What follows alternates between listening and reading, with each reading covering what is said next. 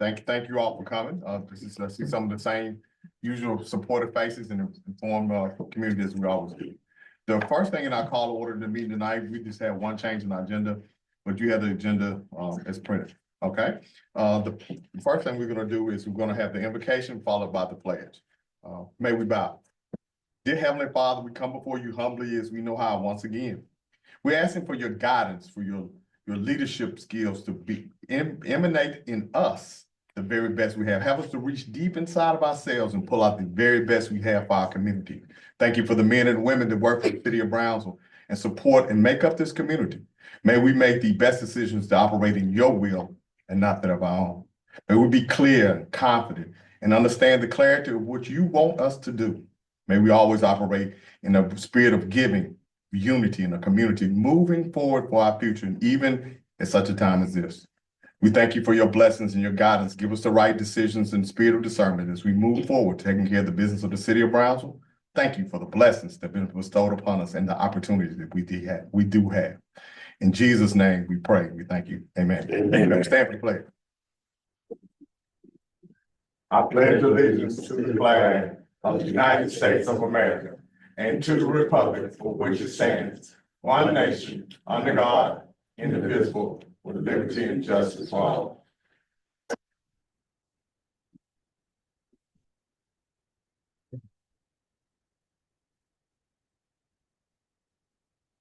Tonight, we have an opportunity once again to present one of our very own.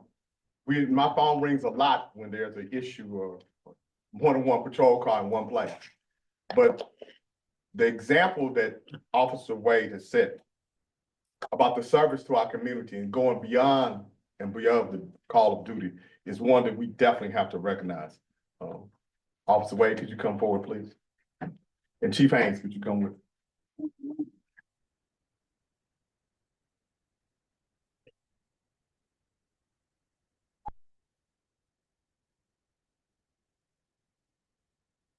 Tonight, we have an opportunity to recognize one of our own, and thank you to the men and women who serve in the Brownsville Police Department throughout our public safety.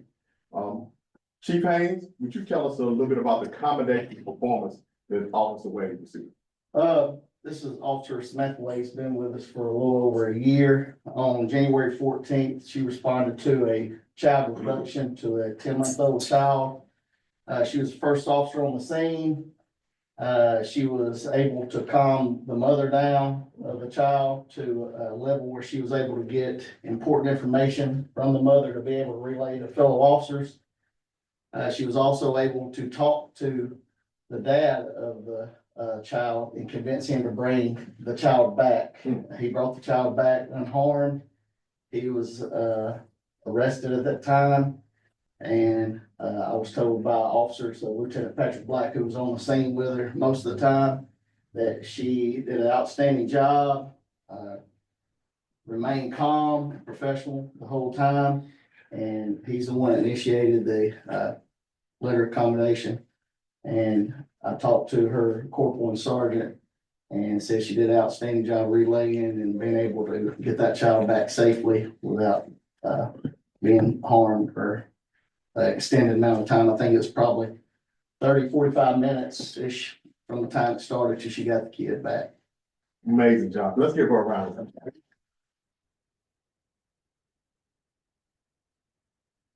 Letter of commendation for Patrolman Samantha Wade has been placed into a permanent file. This is a copy that was already presented to her by the Brownsville Police Department. So I'm gonna get that back to you. But tonight we also want to take another opportunity to recognize her. In recognition of her heroic service and unwavering commitment to the safety and the well-being of our community. Your exemplary courage and dedication in this line of duty have not only protected our children, but also inspired those around you. Your selfless acts and bravery and compassion have made you a profound impact in our community, demonstrating the true essence of hero and a hero. On behalf of the city and the citizens of Brownsville, Tennessee, our community, I extend my heartfelt gratitude for your service on this day, February 11th, 2025, Mayor William D. Ross. Thank you.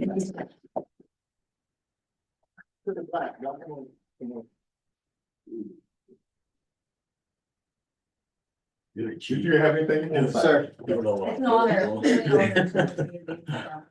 Thank y'all.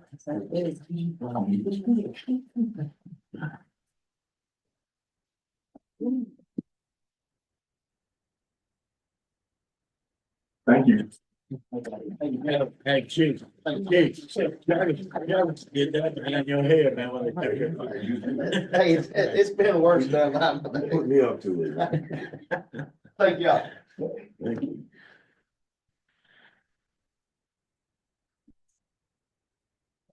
Okay, the next thing on our agenda for tonight is we have a presentation. I know there's been a lot of conversation and concerns about the Brownsville Community Resource Hub. We are now prepared to do a presentation from our A2H and from our the improvement. Oh, I skipped past the minutes. Thank you. This time I'd like to, as the alderman, if they have a chance to peruse the minutes, if there's a motion, I'd like to entertain a motion to approve the minutes as presented on January 14th. Motion to approve. Motion approved, I guess second. Then move to proper second, any discussions or corrections? Hearing none, we'll call for the vote. All those in favor, let it know by the sign of aye. Those opposed, nay. Okay. Now we can move to the presentation for our resource hub. Tonight we have our representatives from A2H, Barton Construction, that will be leading this project for us. It is the will of the people and the will of God to make this happen for us. Well, opportunity we've been given has been very unique and very special, and I and the staff, we've been working diligently to give you something concrete to talk about, to look at, to explore as we try to go to a bid process. Okay, Heather, Chooch, tell us what this is. Hi everyone, my name is Heather Ashbrand. I'm with A2H and I've got Jude Sticker here as well with A2H. We've been working with Joe Barton to design the new Brownsville Resource Hub. We're really excited and it's been a privilege to work on this project, to serve the Brownsville community. So we'll just kind of get started here. I've put together a video to walk through the building to give you guys an overall picture of what this thing's gonna look like, because I know that's what you're all, probably most interested in, so. Right. One point I want to make, Heather. Yes. This building, as we go forward, is a 13,000 square foot community training facility. We were able to secure a community facility grant for $1.9 million from ECD. And we did tonight, we also have an agenda. We got another opportunity for another $1 million from a asset enhancement grant from the state. We also have a commitment from the IDB board for $1 million, and then we'll move from there. This is the efforts that we made from this office, from this administration. This building, people keep saying, what is the building gonna do? When you see the concept of what we have here, it'll be a workforce training. This is the requirements of the grant. We have career building, we have behavioral health services, and a plethora of one-stop shop. Very, very similar to the community resource center that's being constructed or renovated in Stanton, Tennessee, and we plan to share the services. People say, well, what are you gonna do with the building? Well, we have a computer lab there. We also have office spaces that we have letters of intent and commitment from Eagles Nest. Ms. Emma's here with Visions, that we have an office there. Also, we talked to West Tennessee Legal Service, and we know that the Financial Empowerment Counselor for United Way will be occupying that space. We also have a couple offices where nonprofits that need to set up and use the space, we can. Also, we have enough where we can have training facilities. We can have event space for larger training, which can generate revenue to offset the operating costs of this of the center. So I have people stop me every day about where can they meet or where can they use the space. We do plan to assess a minimal fee to nonprofits that they've already been budgeted for in their budgets, and then we'll move forward. This is something that we receive tremendous amount of support from the state in terms of funding. So I've been out beating the bushes for the funding, and this has brought us to where we are today. Okay. Right. Yep.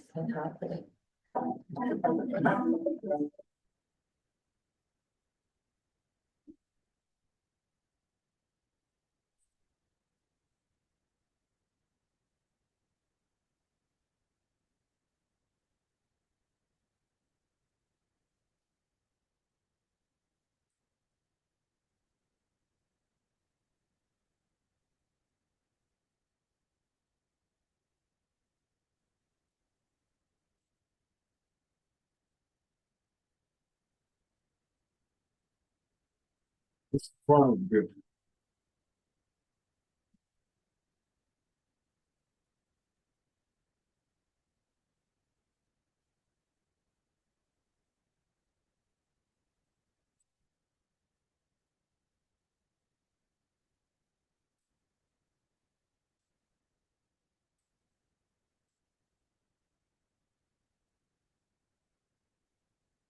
Going into the way.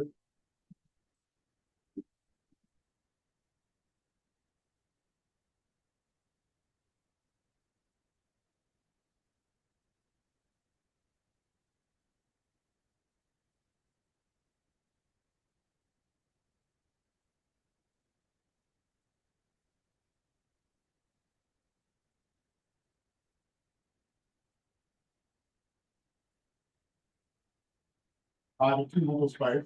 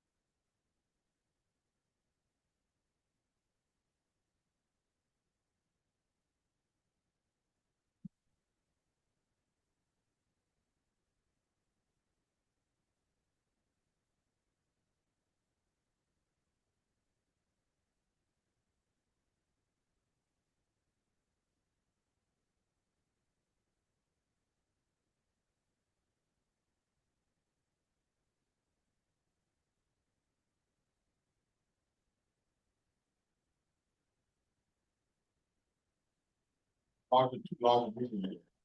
One small, one larger. These are office spaces where Visions Financial Empowerment Council will be located.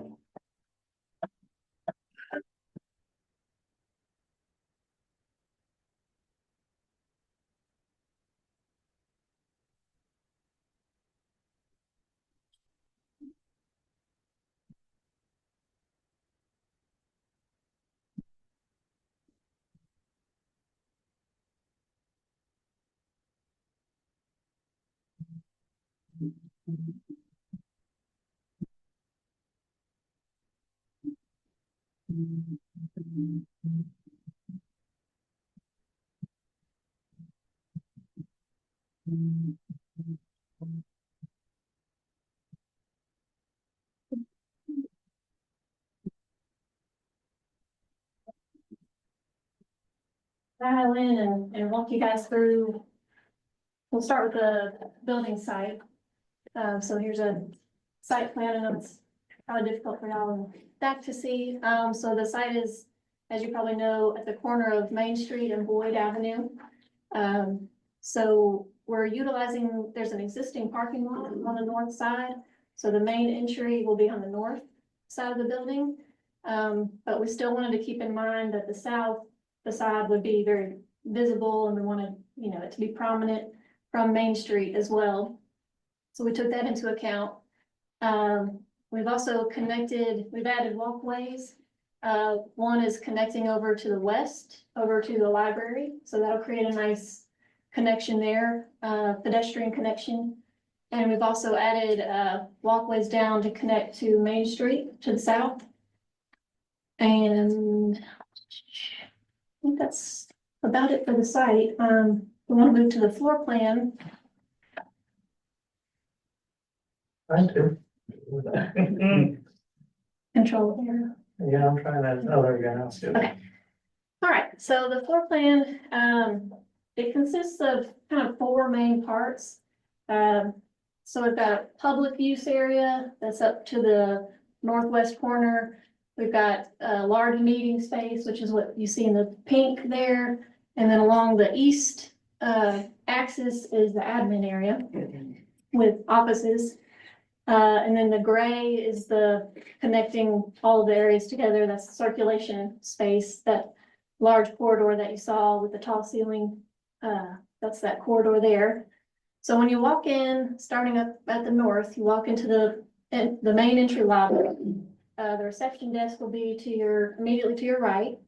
And if you continue to the right, that's where you kind of saw that open work area desk. People can come in, plug their laptop in, or charge their phone. They can also have private phone conversations in the two phone rooms off of the open work area. There's an electrical data room and janitor's closet there next, and then in the green is the computer lab for the public to use.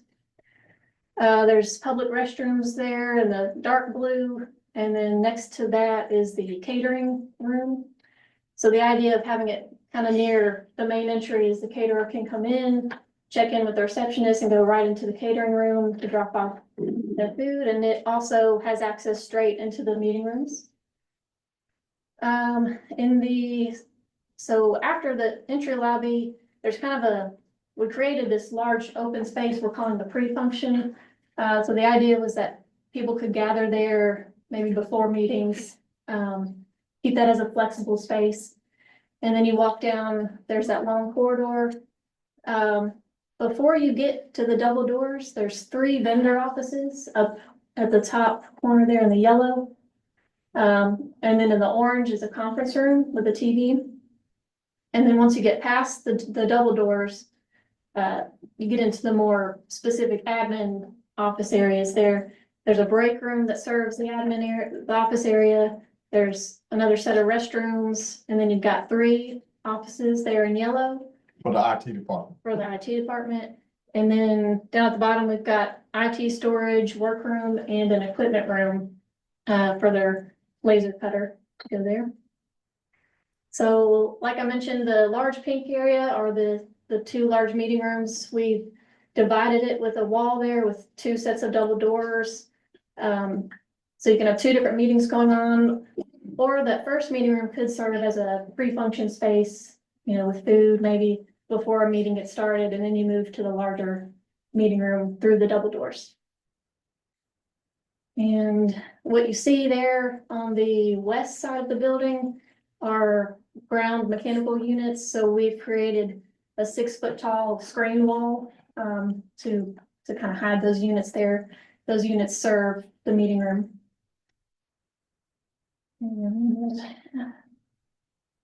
so in the meeting rooms, off of the first meeting room, there is a large storage room that's right there. And that's also where the riser room is located with access to the exterior. There are counter spaces, as you might have seen in the meeting rooms. There's acoustic panels that we put on the walls that also serve as pinup space in those large meeting areas. And there's televisions located throughout. And there's blackout shades on all of these windows. So if you do, want to block light out, if you're having a presentation or PowerPoint, you can black the room out. And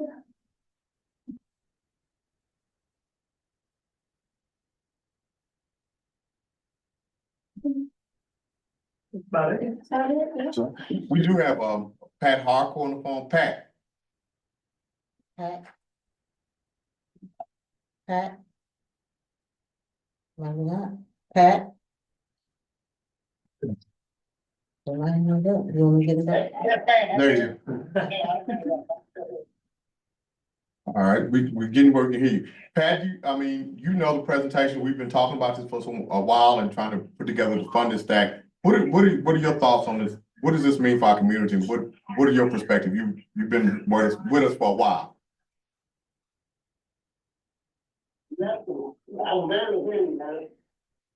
Okay. Any other additional comments about what this means, the funding, the timing, any input you might have, Okay. Okay, so, I'm just gonna say that when, we got ready to have the 200-year anniversary celebration and stuff, we went to another city to get, we didn't have a space big enough to do it. And meeting rooms, that kind of common issue. It is a signature of the direction you're heading of the city, the little city that I live in. I think we have funding in place. We got well over $4 million for funding. The rest of the bank, I mean, so anytime you can build a building of this magnitude, almost free, pretty damn good. Okay, thank you, Pat. All right, yeah, Heather, Chooch, y'all have anything else? Okay, Have any questions? yeah, any questions from all of them? Y'all have, I'm sure you have plenty of questions. Y'all have any questions? The reason for Blossom putting the IT department in there so they can manage the building. They actually can help assist with computer lab training and assist people, but also having someone in the building. We think that we just think it's a great opportunity. I mean, it's once in a lifetime type situation. We know that there's some things that are going on around us, but with A2H, we did go through a process where we did advertise for a construction manager. Okay, we advertised for a construction manager in the paper, and then Barton Construction came forward with and filled out an AIG contract, which is a requirement of the grant. It is, how long is it? About what?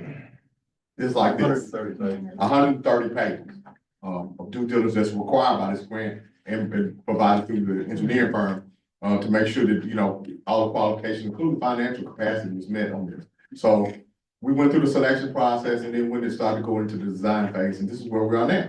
Cause so we came for to present this to you, want you to have something concrete to understand, get a general idea. We're still very much in the design phase, but we're ready to, bless you, we're ready to go to bid. I mean, we're ready to move forward and pull the trigger on this project. And we want to make sure that the city council members and the community knew what we're doing. I know there'll be a lot of questions, and we've asked individuals, but this is where we are in the process of the project.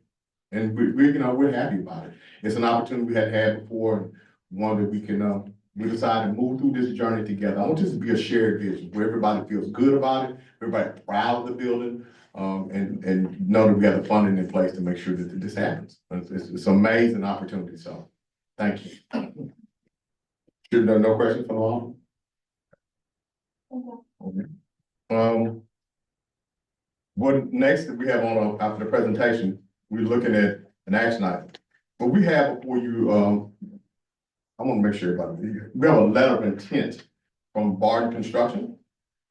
Joe, you want to get up and just tell us exactly what's in the letter of intent? Sure. You know, where we're on the process. Yeah, what you got is a letter of intent, so because there's multiple stacks of funds that are funding this, you've got ECD, you've got an asset enhancement grant, you've got a broadband connect grant, you've got a pledge from IDB, you've got a lot of different people throwing money into this, but when you do that, who trumps everything? The state government.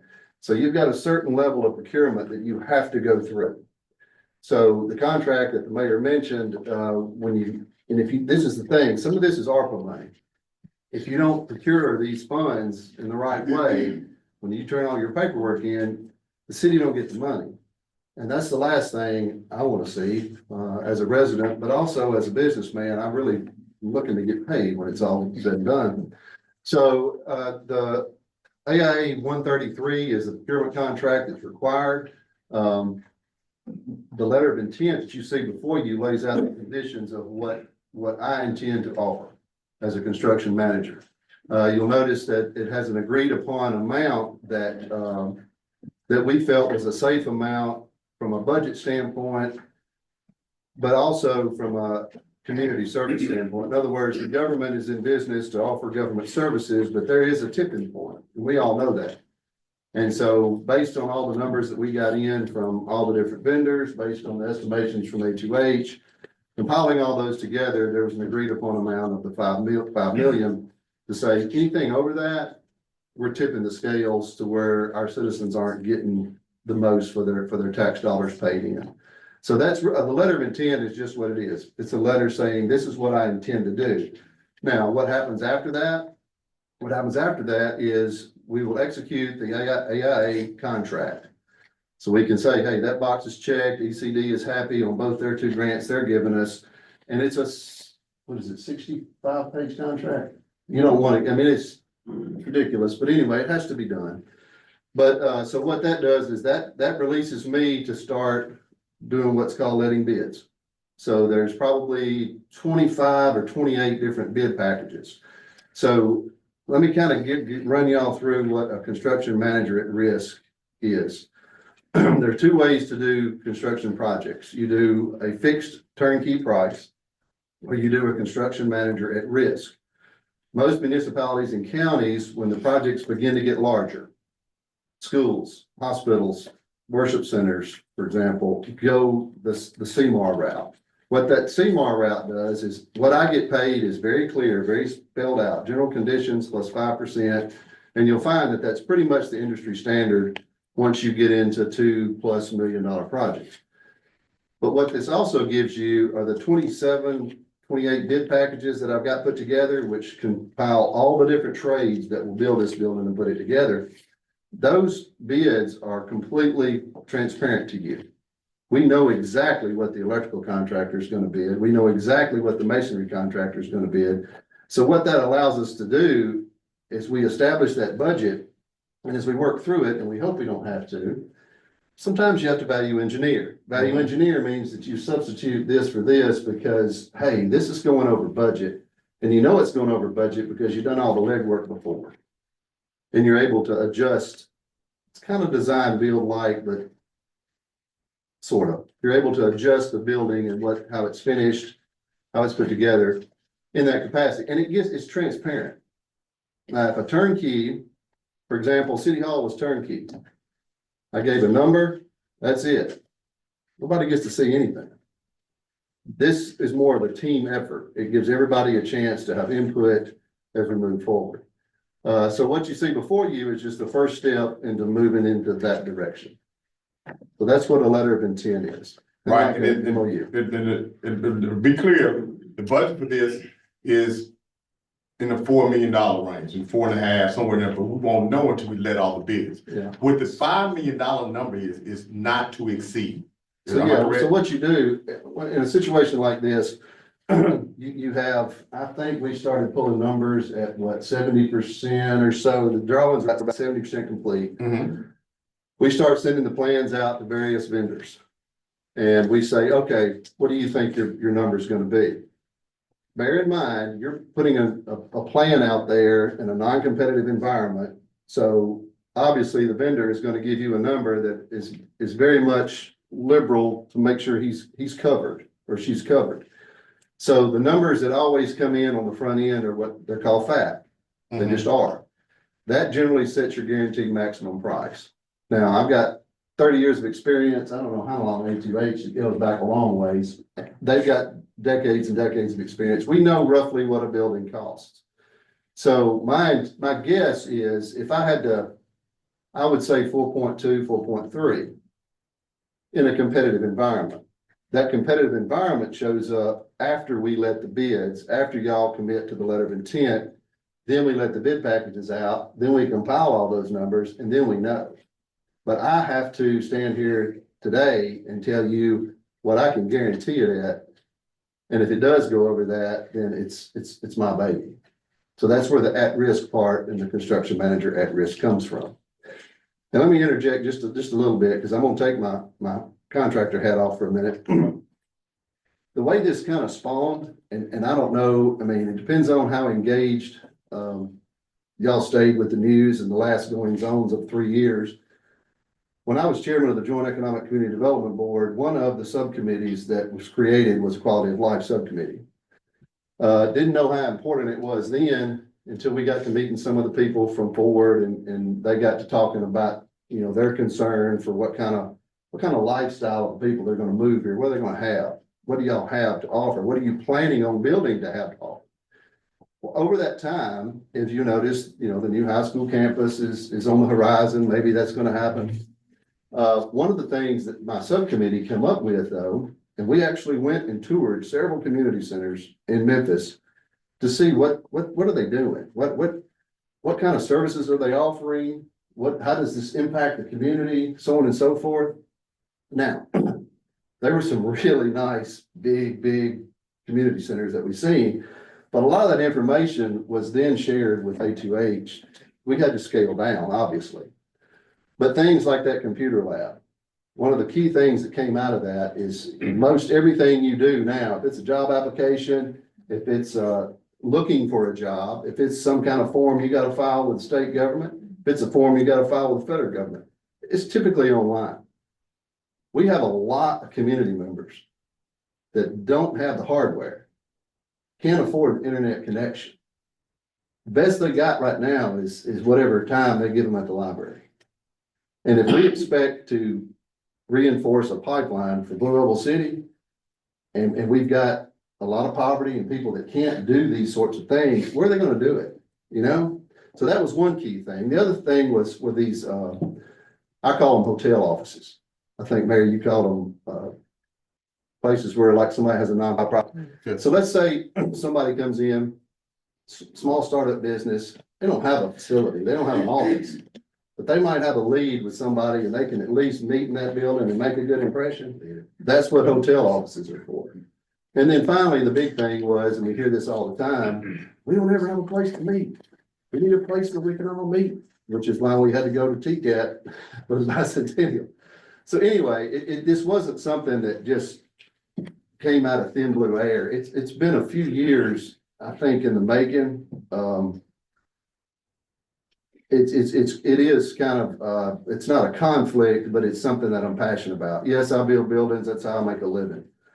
But I've also dedicated the last 20 years into boosting this community and listening to what the community says, listening to what their needs are. And I think this is something that I think our new Ford neighbors have an expectation for, but it's also something our more impoverished citizens need. They need that. So, okay, so that's enough with the community service hat. Back to the contractor. Do y'all understand the letter of intent, what that means? Yeah, couple of points in the letter of intent, I know, you said your scope of work, which are the general conditions. The maximum price not to exceed 5 million. And because that's where you come at risk, and then we're looking at, it's good because we have to authorize a contract within 90 days. Yeah, what that does, the letter of intent gives me the chance to, I've got these bid packages together, but you have to send them out to all the plan rooms, and A2H has a plan room. So we send all these out, and the vendors and subcontractors that meet the qualifications, which is another thing, there's a lot of levels of certification that you have to meet to even have to be qualified to bid on something like this. So it goes out. Our hope is that we get those out within 2 to 3 weeks on some key parts of the beginning, the fast track part, which is site work and steel. And then we start letting all the other bid packages out. But 90 days is the window. It's really more of a window for y'all. Not so much for me, but it states that if y'all agree to the letter of intent, execute the contract, then that puts me in motion. Okay. Because you don't have 90 days Okay. because of the grant life. Yes. Your Broadband Connect grant Yes. exits in October of 26, and you need 2 months to do what's called closeout. So that means ECD needs 60 days to do closeout, which puts me finishing in July of 26. And 18 months is about all the window. I mean, that's scooting. Okay. Also, we start talking about that risk factor, all the bids will be public. You know, so they'll be open here in public, and everybody be notified. So it's complete transparency. And with Joe and his construction manager at risk, he's the general contractor. And for, layman's terms, he's a general contractor, and his price is fixed at 5%. And of course, then all the general conditions will just stop in the letter of intent. All right, are there any questions or comments? Joe, you have anything else you want to add? Got any questions? Y'all good? Good. All right, you're good. All right, so this is an action item, it is required. I want to make sure we got to this point before we could actually look at moving forward together. At this time, I'd like to entertain a motion that we approve the letter of intent for Barton Construction. Is there a motion? Motion. Okay, is there a second? It's been moved and properly second, okay? Open up the floor for discussion and question. Hearing none, we'll call for the vote. All in favor, let it know by the sign of aye. Aye. Those opposed, nay. Nay. All right, so the ayes have it. All right, the next thing we have is the same vein, the action item, the IDB commitment. The The IDB board has, of course, you may have saw it in the paper. The IDB board has committed to $1 million towards this project, $500,000 at the end of 25 and $500,000 no later than December of 2026. Of course, that was approved and been confirmed. We do have the minutes for documentation purposes. So, this is just a matter of approval. I want to make sure everybody knew where the funding was coming from. This is just another allocation. So at this time, I'd like to entertain a motion. We accept the IDB commitment of $1 million for the community resource center. So moved. So moved. Do I hear a second? Second. It's been moved and properly second. Any questions? Concerns? Here none, we'll call for the vote. All in favor, let it know by saying sign of aye. Aye. Okay. Those opposed? Okay. Ordinance number 1033. This is a amendment of chapter 4 Brownsville Municipal Ordinance. Mr. Merrill, I thought there you are. Could you give us, this is the zoning ordinance on this amendment. This is on the first reading, is this correct? Yes, sir, that is Okay. correct. First of all, do y'all have any questions on it? I thought I was gonna get off of here tonight. Basically, this is the ordinance that would basically permit some existing medical uses that we have in the central business district. So this is just a general amendment that would basically amend chapter 4, section 4.05, central business district. That'll be number 1, permitted uses and structures under professional services. And this is just a simple amendment that would allow for medical services, except for those generating biochemical. So we just basically permitting what we already have in the central business district that has been grandfathered over time. Okay. At this time, I'd like to, if there are no questions or discussion, I'll call for discussion again, but at this time, I'd like to entertain a motion, we approve ordinance number 1033 on the first reading. Do I hear a motion? Motion, do I hear a second? A second. Second, moving properly second, any questions, concerns? And none, we'll call for the vote, all in favor, let it know by the sign of aye. Aye. Those opposed, nay. Ordinance 1033. Ordinance number 1034, this is amending, I'm sorry, this is annexation.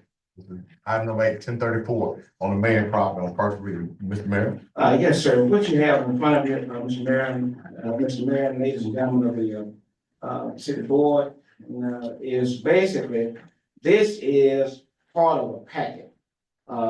This is the ordinance to zone portion of the annexation. It takes 2 readings, and so therefore this comes prior to you getting the plan of service resolution as well as the resolution to annex the property. But this all is germane to tax parcel 33, Haywood County Tax Map 94. And there's a 3.24 acre portion. This property belongs to Mr. Walter Mann Jr. And basically, they're wanting to, at some point, annex this 2.4 acre portion into the city of Brownsville for a possible location for a hotel. And this just gets the process started. The proposed ordinance before you tonight is to have the property once rezoned, once annexed, once it's annexed, it'll go from forest agriculture, residential, FAR, to general commercial. So that is what is before you tonight. The planning commission has forwarded you an annexation study, for you all to take and read and to study upon. There's nothing to take action on upon tonight, but all that comes into play next month. So, Mr. Mark. Yes, sir. So it's hard for me to tell exactly where this is on that map. Is Sunny Hill Road, is it right across the interstate to the left? No, basically, this is the property that is right at the intersection of State Route 76 and Marvin Chapel Road. This would be all, Okay. right, off to the right. In the front on Marvin Chapel Road, and part of its frontage will also be on State Route 76 or Anderson Avenue. Yeah, so when you go across the interstate, it's to the left. That is correct. Because we had annexed that one. Right, just south. Okay. That's correct. This is just across the street from that subject property, that you just referenced. And right now, currently, it has an old residential structure upon there, and I think they're gonna have plans to raise or to deconstruct that particular piece of, structure there, so. Okay. Any other questions? All right, this time I'd like to entertain a motion. We approve on the first reading, orders number 1034, annexation. Do I hear a motion? Motion, do I hear a second? Been moved to second. Any questions, concerns? Hearing none, we'll call for the vote. All those in favor, let it know by the sign of aye. Those opposed, nay. Okay. Thank you, Mr. Merrill. Yes, sir. And just, Mr. Mayor, just refresh my memory, just 1 second. So we go through assuming that, you know, the lead sheet said that was for the annexation. Right, this is actually the ordinance to the zone portion of the annexation pact. Yeah. Right, due to the fact that it takes 2 readings, on ordinances and just 1 on resolution, that's why this is coming before you tonight, so everything, if y'all approve, would be adopted simultaneously or, in next month's meeting. Right. So it all comes in order that way. This is just due to the 2 readings on ordinances, that's why it's being presented to you. And just refresh my memory, so after we annex that piece of property, if we get to that point, Yes, sir. that property will be annexed at that point, right? I mean, That is correct. Yeah. That is correct. The old law was that, annexations, when they were allowed by ordinances, they didn't take effect until 30 days after the ordinance passed with such. Now that has all been amended as of 2015. So it becomes effective immediately upon its passage. So it will be a part of the city if you all vote to adopt the, resolution that annex, on next one. thank you. Yes, sir. All right, and this did receive a favorable recommendation from the planning commission. Okay, so did we already get the vote, Ms. Beth? Okay, want to make sure. Okay, or that's the first reading, orders number 1034. Now we have, resolution number 1077, application process for the CDBG application. What this is an application for us to go to look at, applying for the CDBG grant, which on community development block grants, only come available to us every 2 years. We've been very successful in obtaining these grants. The last one was for Hatchie Avenue. We have some proposed projects. If we can get this grant, we will go in the application process of applying for the grant. There's some ADA compliance that needs to be taken care of in certain sections of town, sidewalks, one on Washington, one on Jefferson Street. We did have some money set aside into the ADA for one of those projects, but this grant will take care of both. If we award, you know, so we have been very active and proactive in getting grants. This community development block grant, of course, there's a match of 6%. What we don't know what that 6% is because we don't know what the amount of the board is yet, but just be aware. And I know we running this as always, we're gonna run this through the general fund. And I know you want to answer general fund. So even at the maximum for the grant is $1 million. Okay, so if you know, we don't know what the exact award amount will be for those projects, and we're in the process of moving forward if we award the grant.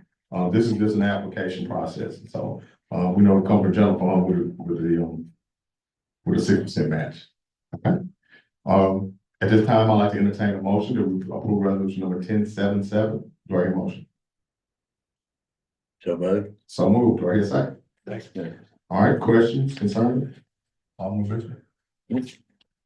Anyone else? Okay. All right, these grants are federal funded grants, and then we'll meet all the compliance and done a good job of managing grants, so we will move forward with the application. This time I'd like to call for a vote. All those in favor, let it know by sign of aye. Those opposed, nay. Okay. Resolution 1077. You need 6%. 6%, yes. We'll come back, we'll have to receive that grant and then it'll come back before us. If we get it. Okay? Resolution number 1080. Number 1080 is an asset improvement grant. This is another opportunity for us for funding for the Community Resource Center. I had to do a lot of work to get this up to this amount. Of course, this is $1 million grant. the state has looked shine favor upon us with ECD and our asset enhancement, that we're eligible for. There, of course, this again, you come to the general fund, but the match is only $52,631. If, no, I'm sorry, we have been approved. I don't say it. We have been approved, so tonight just, that I know you want to know where it's coming from and how much the match is, but those are very viable and important questions. So the match on this particular grant is $52,631, 58 cents for $1 million grant. And then, of course, we just, as we do most of the grants, except for the 1.9, that came from the community development. This is coming from, from the general fund. Make a motion to approve resolution 1080. Do I hear a second? It's been moved and properly second. All those, any questions? Concerns? Hearing none, we'll call for the vote. All in favor, let it know by the sign of aye. Those opposed, nay. Okay. Next we have the front loader purchase. We've been rotating out our front loader garbage trucks on a regular basis. We got off a little bit doing because of availability, but this is coming from solid waste. Okay, let me make sure, the city of Brownsville has 5 funds, the community development fund, that we we put money into, that we have some money in the bank there for community development. Same thing process we did, we sold the asset, and then reinvested into this building, still have money in the bank. We also were able to sell the property, to income, to put that money in the bank as well. So, but this is the solid waste. This is solid waste, a fee for service.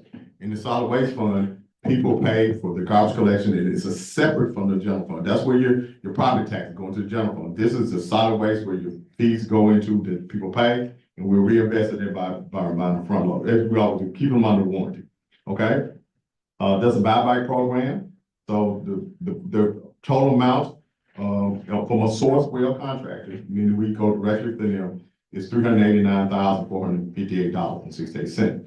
So they guarantee with our 2-year guarantee buyback, they'll be giving us $230,000 for the one that will be more or less traded in. Okay, leaving a balance.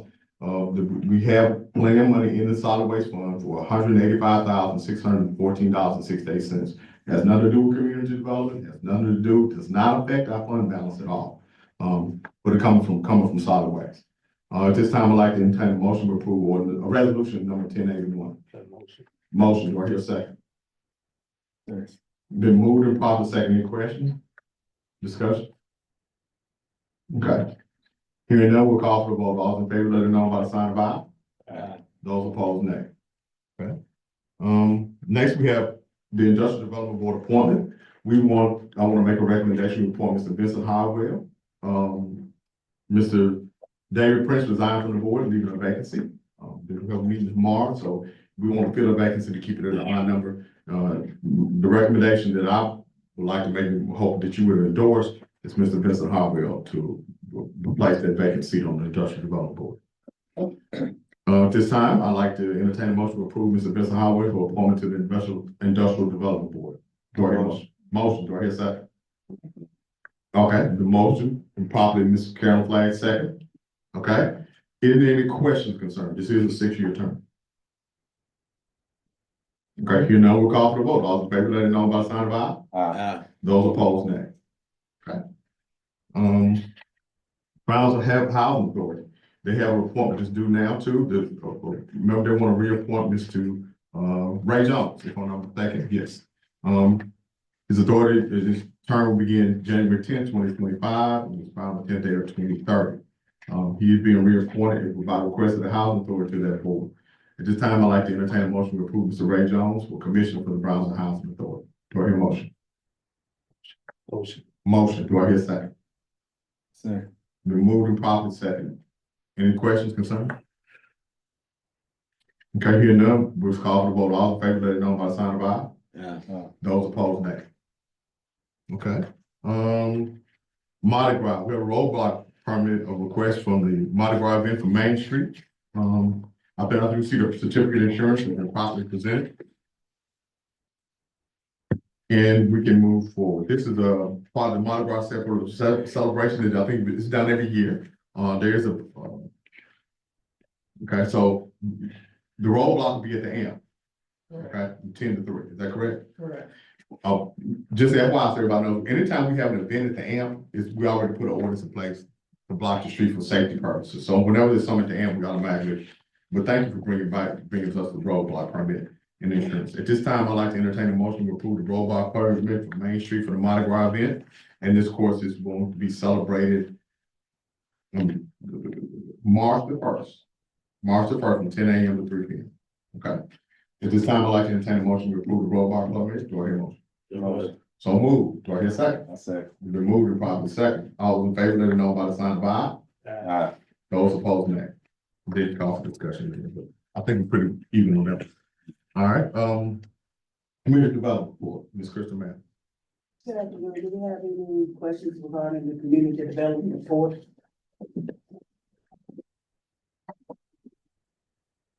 Okay, thank you. All right, this time we have the financial management report from Chair Bass. Are there any questions or concerns concerning the expenditures and revenue for the month of January?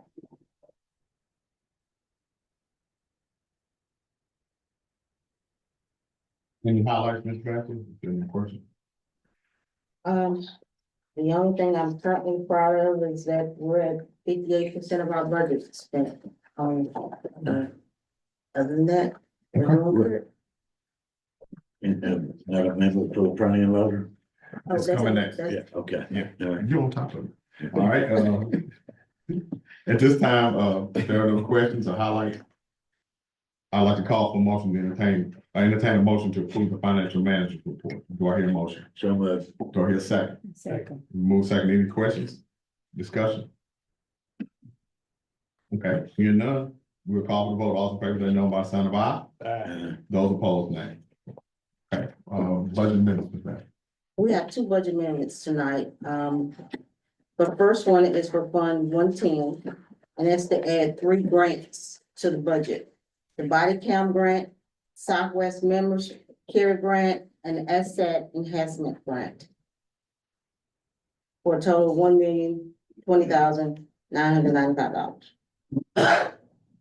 Okay, those are 3 grants we added into the budget.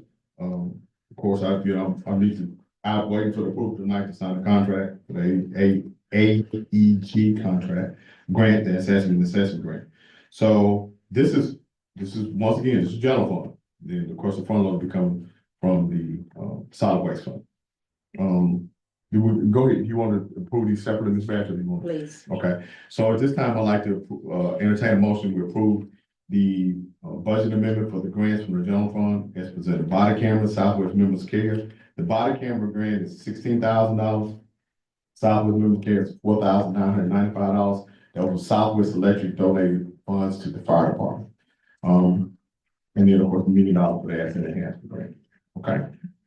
At this time, I'd like to entertain a motion to approve the budget amendments for the general fund. Do I hear a motion? Motion. Do I hear a second? It's been moved and second. Okay, questions, concerns? So on these grants, Mayor, what are the matches on these? Okay, the Southwest Cares doesn't have a match, right? What about the body camera grant? Body camera grant was 16,000. Yeah, the match, how much is the match? 16. Okay. I'm confused. So the grant is $16,000 they give us, and then we have to put $16,000. Oh, okay, it's 50%, yeah. Okay, oh, yeah, okay. All right, are there any other questions? And of course, you know, the match for the asset him is $52,600. I got a question after this, but, Okay. well, I'll just go ahead and ask it now, if you're right. So all of our officers, are these upgrades in body cams? Yes, sir. Every officer we have on the street, wears a body cam? Yes, sir. It's to replace some of the ones we're starting to have problems with. So it's the same company we have right now, 10-8, supposed to be a little bit newer, better, body cam. So, and we've had these probably 5 years. So it was time to start getting some new ones and replacing the ones in the docking stations, for the old system we had. Good question. And all those are audio as well? Yes, sir. The video and audio recording. Yes, sir. Thank you. Okay. All right, this time I'd like to entertain a motion, well, I think we already had a motion, I'm sorry. There was a discussion question. I'd like to call for the vote. At this time, all in favor of the budget amendments for the general fund, please let it know by the sign of aye. Those opposed, nay. Okay, let's move to the solid waste budget amendment. There's a budget amendment for the solid waste. In terms of everything that we have here, it's capital outlay, what, 275,000? Is that what we're looking at? That's the original budget. Original budget, and then what we're looking at is an increase of $186,000, which is the difference for the front loader. Still leaving us with a healthy fund balance of in excess of $1 million after this purchase. And steady revenue coming in. Okay. Are there any questions, concerns about this budget amendment for solid waste fund 400? Okay, here now I'll call for the motion. I'd like to entertain a motion to approve the budget amendment for fund 400 for solid waste. Motion. So moved. Do I hear a second? Second. Been moved and properly second. At this time, we'll call for the vote. All in favor, let it know by the sign of aye. Those opposed, nay. That takes care of the financial report and the budget. Thank you. At this time, we do my mayor's report, should be short and sweet. Because we had our community unity prayer breakfast. Thank you, Ms. Flagg and her team that put it together. Public Works and all the city employees and people that attended, along with the ministers there. You see the minister from Poplar Corner Church, the new minister from the Hispanic congregation, Mayor Julian Matizzi, was there. Senator Paige Wilder, Reverend James Farmer, and J.P. Barr, a young minister. So Ms. Flagg made the intentional to put some new faces in our unity prayer in our community, and it was a good meeting. We ran out of seats, but didn't run out of food. Thank you. A good neighbor. That's a good. You forgot when you took that, didn't you? Yeah. So. We didn't get a lot of photographs because it was a Ford event. I'm sure everybody knew about the $9 million that's being infused into our community for community development. And this was just a good neighbor night, the Boys and Girls Club, to pronounce the good neighbor plan and the opportunities. We invest in our community. We ask others to invest in our community, and together, our private-public partnerships, along with grants, will help us get to where we need to be, without having any debt or putting any strains on our fund balance. Be proud, be proud. Lena's here. This was something that's a project she worked on for workforce development. They bring this big trailer. They brought it out to the Hayward High School, and other schools got to come from others, bring buses in to take part in this interactive truck. And they had a simulator. You see me up at the top right, driving an 18-wheeler. They also had heavy duty equipment, and that's to get the kids engaged and get them thinking about where they want to go. We need to, this has to drop down to an 8th grade level. We'll still be doing the pathways and possibilities, job shadow, not the job shadow, but the job fair or career fair. It's a career fair because we want these kids to choose a career. This is just another tool to get them engaged. Thank you for making that happen for us. We mentioned we did a budget amendment for the Southwest Electric Fire Department. Southwest Electric, who donated the money to the fire department. Chief, exactly what are you gonna do with the donation? The grant's gonna be used to purchase fire prevention materials for when we go to the schools and teach fire prevention to the kids, just hand out coloring books, all people fire safety. We've actually seen a big difference in our call volume, and we think it's due to the teachings and the safety classes we do for the young kids. They remember it. We have them reach out to us sometimes. I remember when y'all came to the school, and so we think it's a positive thing, and this grant's gonna provide us. Okay, and that grant is amount of $4,995 with no match. Okay. Pilot, we all had a chance to go out with the change to do a ribbon cutting. I saw sure here. We did a ribbon cutting at the pilot, which is the flagship. It's the largest pilot in the country. And right here in Haywood County, producing jobs. I think we went up to 90+ jobs with this new location and providing services 24 hours a day, inclusive sales tax revenue. Commissioner. So this is a positive thing. We move forward. We know we've had some delays because we jumped out the gate so fast, but this is brick and mortar. It's going to be here. And thank you, Bill Haslam and his family, for making this investment into our community. Today, we went to the Haywood County Youth Leadership, once again emphasizing on our children and kids, had a chance to visit several sites, including the fire department, where I was able to go out and speak with them today. So thank you to our fire department, our youth leadership, trying to keep, and there was actually one young man in the class who's in the fire department's apprenticeship program. So Chief, can you tell us a little bit about the apprenticeship program? Yes, sir. This is our third year, I think, of doing this. We reach out to the high school kids, starting from freshman through senior, and they come out. It's probably about a 2-month program every Saturday, and they do everything we do. We teach them to go and do everything that we do. They fight fire, they go into our training facility, they put on the gear, they do everything that we do. We show them what our job is about and what it entails, and they all enjoy it. This is the third year we're doing it, and it's been a hit. Okay, thank you, Chief. And that concludes my report. This time I'd like to get the Alderman's report. Alderman Pugh? I don't have anything. Alderman Bishop? No report. Alderwoman Flagg? Thank you, Mayor Rawl. Good evening. I have the utility report for this month, the TVA bill. That January was $1,251,477, $251,477.66. And again, in February 1, an average resident electric bill decreased approximately 5,00344 due to the TVA bill cost. And the code officer and the city inspector and I made a tour of Ward 2 last Tuesday, and we saw some things that need to be improved in it. So we will be out doing some improvement in my ward. And we're having a neighborhood watch meeting on March the 14th at the National Guard Armory at 6 o'clock, and the public is invited to attend it. Anything that you see that I need to do, just call me and let me know, and I'll be glad to do it. Thank you. Alderman Taylor? For this time. Okay. Are there any department reports? Anyone can make an announcement of what assignment? I just want to take this opportunity to invite everyone to the Delta Community Center Thursday evening from 4 to 6 p.m. We'll be opening our newest exhibit, the Black Farm Experience, and would like you all to come. Okay. All right, if there are no other department reports, at this time, as required by law, we are open for public comments, questions or comments on anything on tonight's agenda. Okay.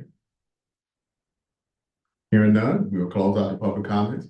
We will be back revisiting the bid process for the Community Resource Center. We do have the funding in place of, we have a maximum not to exceed number, where we're gonna target that number lower value engineer with things that we can do to save money, moving forward. Thank you so much for your support. I hope, we want to be transparent as possible about this as we pull all this project together. At this time, I'd like to entertain a motion to adjourn. You gentlemen, don't forget your Valentine, your sweetheart. Don't forget Valentine. At this time, I'd like to entertain a motion that we adjourn. So moved right here, second. We move upon the second, all in favor, say aye. Go home. Thank you.